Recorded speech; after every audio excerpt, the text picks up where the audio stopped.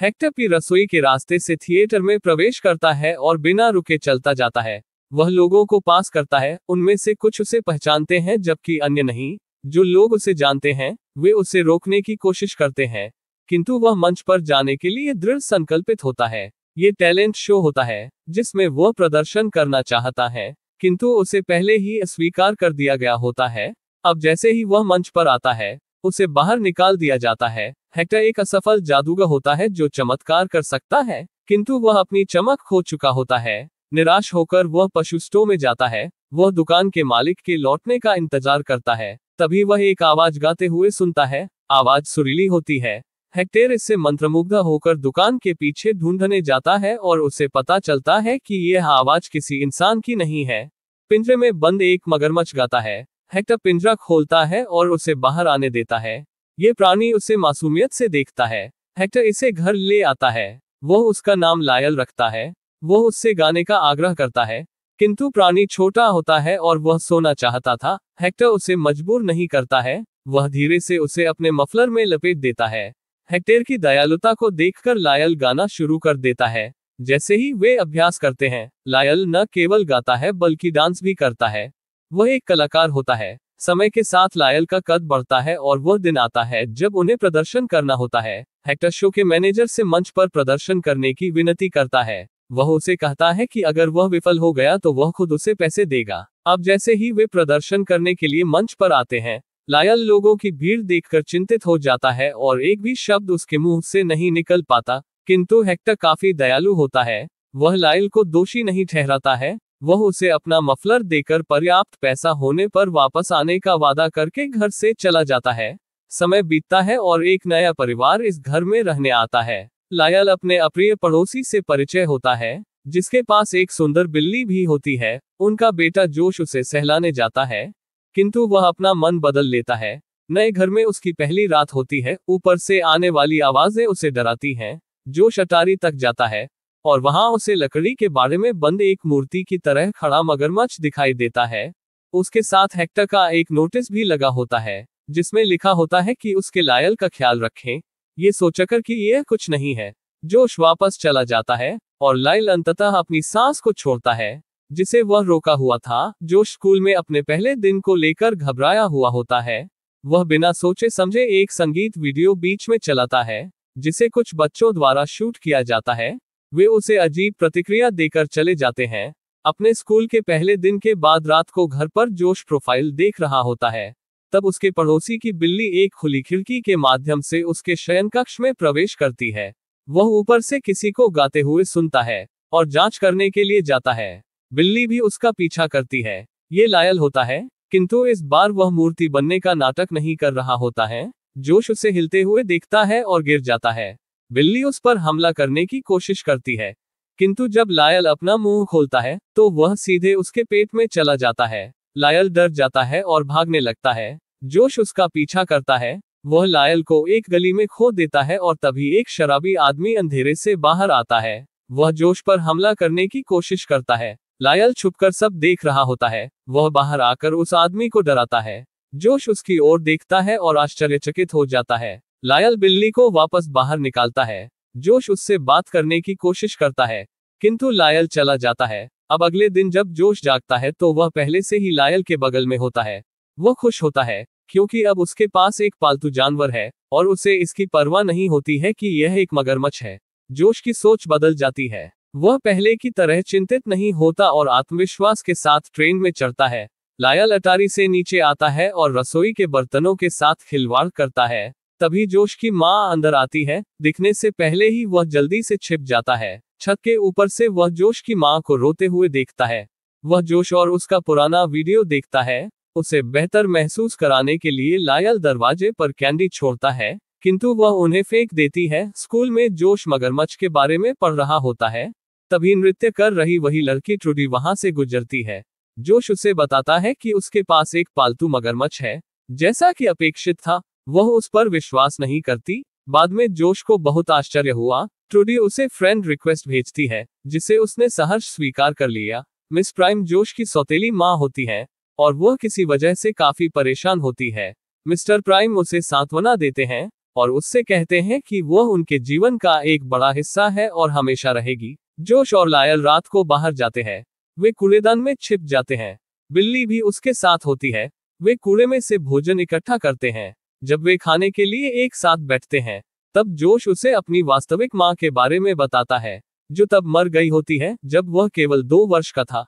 Lyell ये सुनकर Hector को याद करता है और उस मफलर को छूता है जिसे वह अभी भी पहनता है। जोश उससे पूछता है कि क्या वह बात कर सकता है। फिर लायल गाना गाता है। दोनों नाचते हैं और जीवन का जश्न मनाते हैं, और रात ऐसे ही बीत जाती है। अगले दिन जब मिस प्राइम जोश को उसके कमरे में नहीं देखती, तो वह अटारी तक जाती है, और ये दृश्य उसे वास्तव में भयभीत कर देता है।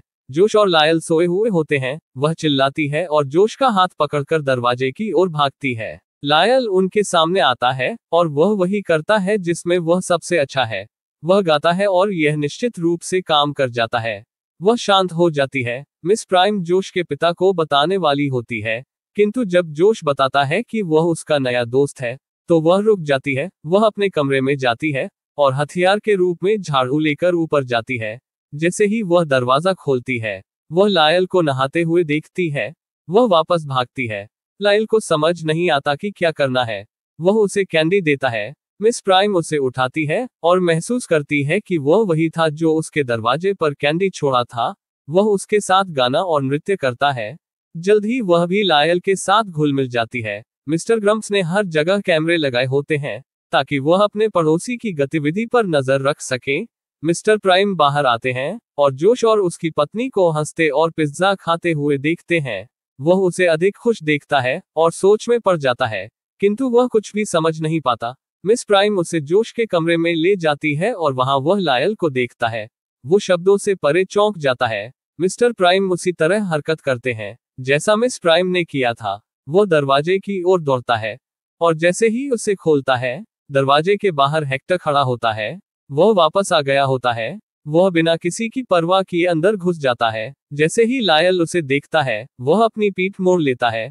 वह उसके इतने लंबे समय तक जाने के लिए उस पर निराश होता है। हेक्टर ताली बजाता है और लायल के भी ऐसा करने का इंतजार करता है। पहले तो वह नहीं करता है, किंतु वह ज्यादा देर तक उसका विरोध नहीं कर पाता है। वह उसके ऊपर कूद जाता है। दोनों जमीन पर गिर जाते हैं। लायल हेक्टर को खुशी से चाटना शुरू कर देता है। मिस्टर प्राइम को अभी भी समझ नहीं आता कि क्या हो रहा है, किंतु वह शांत होता है। फिर हेक्टर एक सौदा करता है और उसे 15 दिनों के लिए घर में रहने की अनुमति दी जाती है। मिस्टर प्राइम हेक्टर को पसंद नहीं करते। वह उसे जल्द से जल्द घर से बाहर निकालना चाहते थे।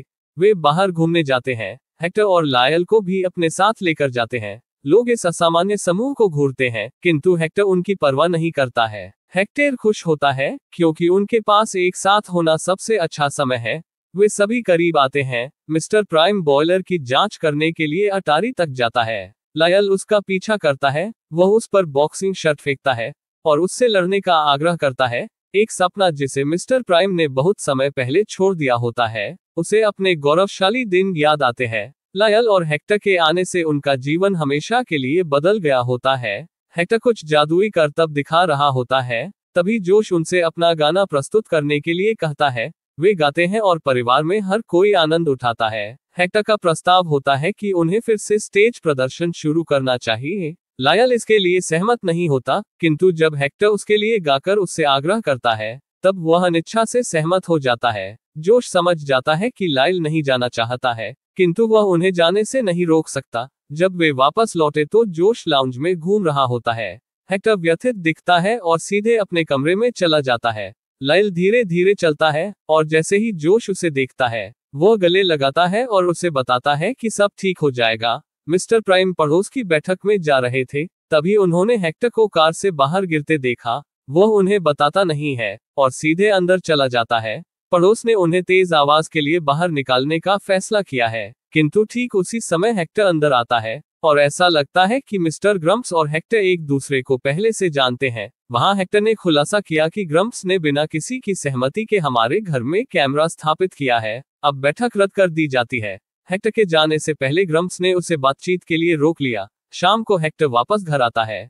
परिवार में हर कोई घर बचाने के लिए उसका धन्यवाद करता है। वह वापस आने का वादा करते हुए ऊपर जाता है। उसके जाते ही परिवार को सायरन सुनाई देता है। पशु नियंत्रण यहाँ पर आया होता है। लायल को उनसे छिपाने लगते हैं। जोश हेक्टर की तलाश में ऊपर की ओर जाता है, किंतु वह पहले ही जा चुका होता है। पुलिस लायल को घेरकर उस पर बंदूकें तान देती है। वह डरकर सुरक्षा के लिए अपनी पूंछ पकड़कर खड़ा रहता है। जोश उसे गाने के लिए कहता है, किंतु वह बहुत डरा हुआ होता है। वे उसे ले जाते हैं। परिवार कुछ नहीं कर पाता। पुलिस लायल को चिड़ियाघर लेकर जाती है, जहां उसे अन्य मगरमच्छों के साथ रहने के लिए मजबूर किया जाता है। जोश उससे मिलने आता है। वह अपने माता पिता से उसे भगाने में मदद करने की विनती करता है, किंतु वे जानते हैं कि वे ऐसा नहीं कर सकते। जोश उसे मुक्त करने की ठानता है, क्योंकि लायल ने उसे बदल दिया था।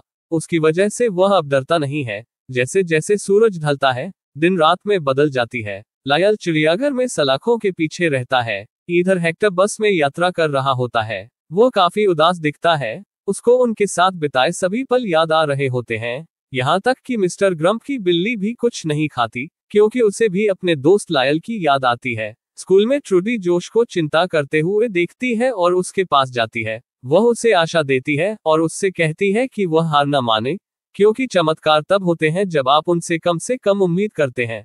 रात के खाने के बाद जोश कचरा फेंकने के लिए बाहर जाता है और वहां वह हेक्टर को इंतजार करते हुए देखता है। वह बताता है कि उस पर बहुत से लोगों का पैसा बकाया है, इसलिए वह जाता रहता है। हेक्टर जोश को रात में चिड़ियाघर में मिलने के लिए कहता है। जोश नहीं आता है। अब हेक्टर अकेले अंदर जाता है। वह चतुराई से सुरक्षा गार्ड को हथकड़ी लगाकर बाड़े में प्रवेश करता है। सभी मगरमच्छ बाहर आते हैं और खतरनाक रूप से हेक्टर की ओर बढ़ते हैं। जोश भी यहाँ आ जाता है। लायल गुस्से में होता है। हेक्टर उसे बताता है कि जोश ही उसका सच्चा परिवार है। वह अपने व्यवहार के लिए लायल से माफी मांगता है। लायल उसे माफ कर देता है। अब जैसे ही वे जा रहे होते हैं, पुलिस की गाड़ियां उन्हें घेर लेती हैं। हेक्टर उन्हें जाने के लिए कहता है और वह पुलिस का ध्यान भटकाता है। लायल को दुनिया के सामने अपना हुनर दिखाना होगा, ताकि उसके साथ जानवर की तरह व्यवहार न किया जाए।